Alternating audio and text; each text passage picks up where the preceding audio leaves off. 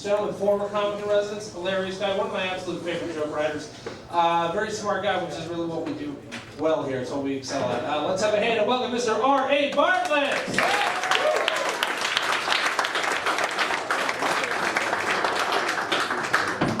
So you guys ever have one of those dreams where something good happens to you and like you win the lottery or someone you like likes you back and then you wake up and say, oh damn it, it was just a dream? I had that, what happened was I dreamt that I pet a kangaroo and I woke up and I'm like, oh that sucks, it wasn't real. But then I realized it doesn't really matter because petting a kangaroo is usually a temporary situation. Like there's no long-term effects it's going to have on my life. I'm not going to be putting it on a job application. I'm not going to be calling my dad and saying, no dad, I haven't pet a kangaroo yet. Get off my back. I don't want your life. But then I realized, like, when you think about it, you know, all memories are pretty temporary. Like, love is eventually lost. Money is eventually spent. Food is eventually digested. All we have left is the memories. So there's no real tangible difference between memories and dreams. What I'm saying, guys, is I volunteer we go and break into the zoo so I can pet a kangaroo because I'm losing my grip on reality here. Something I don't get about white supremacists. I mean, besides the racism, is why they have so many tattoos. Your skin color is the one thing you're most proud of.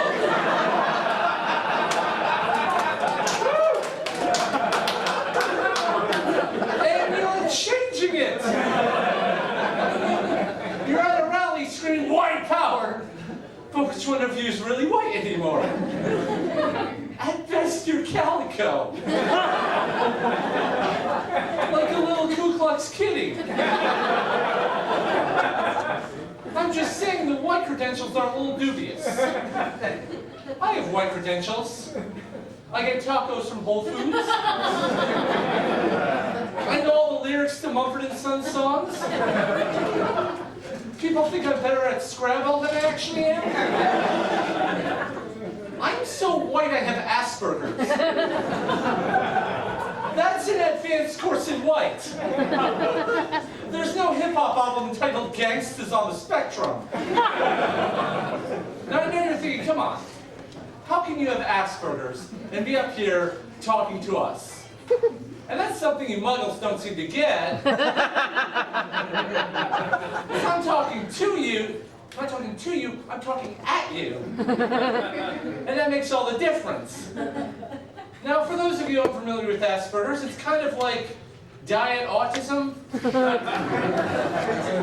Or crystal autism, because they're trying to discontinue it.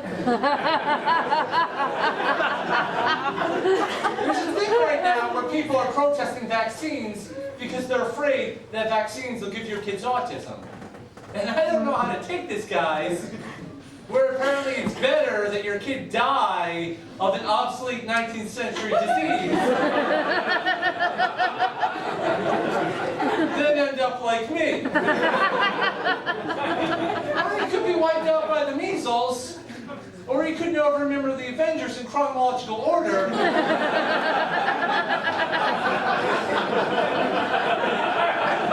It's a toss-up. Conversely, it's very trendy right now for people to sort of claim that they have Asperger's to excuse their shitty behavior. And at first this made me mad, till I realized I'm now kind of being graded on a curve. Because people are like, oh, you have Asperger's? You're not as shitty as I thought you'd be. Still kind of shitty, though. Like, it's amazing the kind of things you can get away with when other people are assholes for no reason.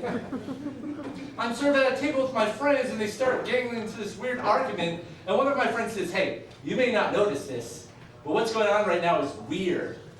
And I'm like, oh yeah, I've learned to figure that stuff out phonetically. You know, it's obviously very hard to pick up signals for dates. It's very hard for me to meet women. And I know you're thinking, come on, being funny, that's gonna help. No. That's a myth.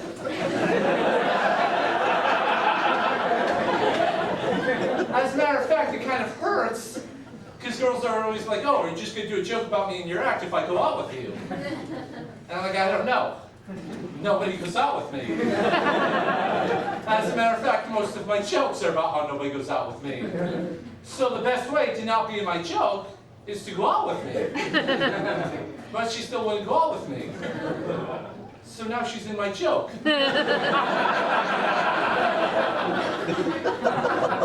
think the ladies could do worse. I was on a train.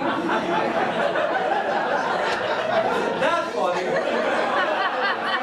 I was on a train and a couple of girls, like two of them were trying to comfort their friend who was like crying, and they're saying, no, you gotta get rid of this guy. You know, he's an absolute loser. He spends all his time in his dorm smoking pot, not going to class. And then there was that thing he said about you to his landlord. And the other friend was like, what did he say to his landlord? And I guess they said to his landlord, oh, I don't have a problem with fat people. Have you met my girlfriend? And I kind of had this expression like, which was amazing because I don't make expressions in public. And I'm saying, no, you gotta get rid of this guy. And she's saying, no, you don't understand. He's very depressed. I'm afraid if I break up with him, he's gonna kill himself. And I'm saying, like, listen, if he's the pothead you guys are making him out to be, he's not gonna get around to killing himself. And that was how I threw a bunch of troubled young men under the bus to impress a bunch of co-eds. Who aren't gonna get with me anyways. I don't really fit the older guy attractive thing. Like, I don't scratch the daddy issues itch. The kind of father I resemble were there for their kids.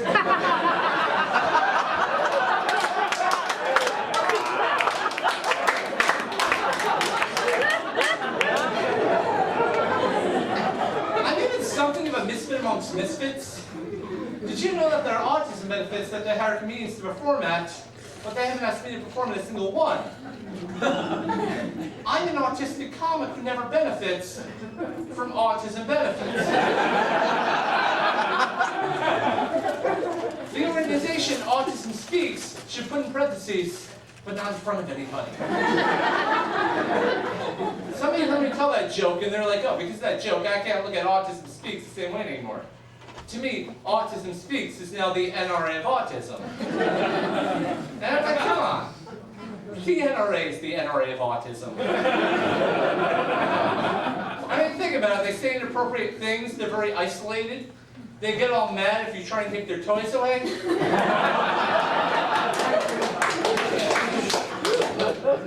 Somebody dies with autism, that's the most autistic thing I could think of.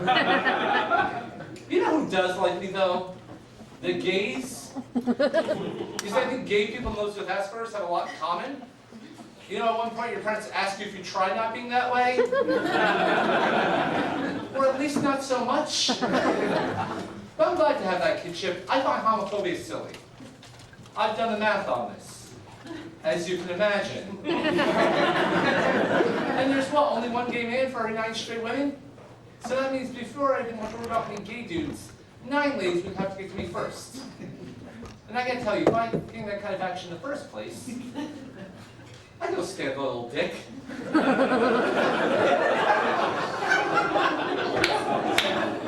Sometimes you end up with a French fry in your onion rings.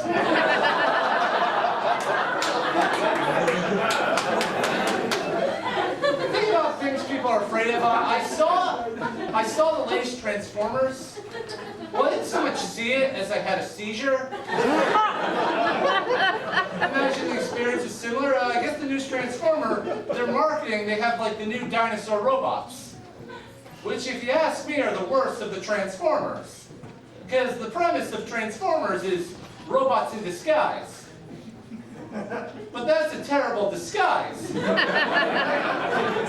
can still tell it's a robot. It's not going to blend in with the other dinosaurs. Which brings me to point number 2. There aren't any more dinosaurs. I'm not going to be calling the police. Like, excuse me, you gotta come down here very quickly, officer. This robot's destroying the city. Wait, no, never mind. Now it's a dinosaur. To be honest, I preferred when it was the robot. At least it wasn't biting things.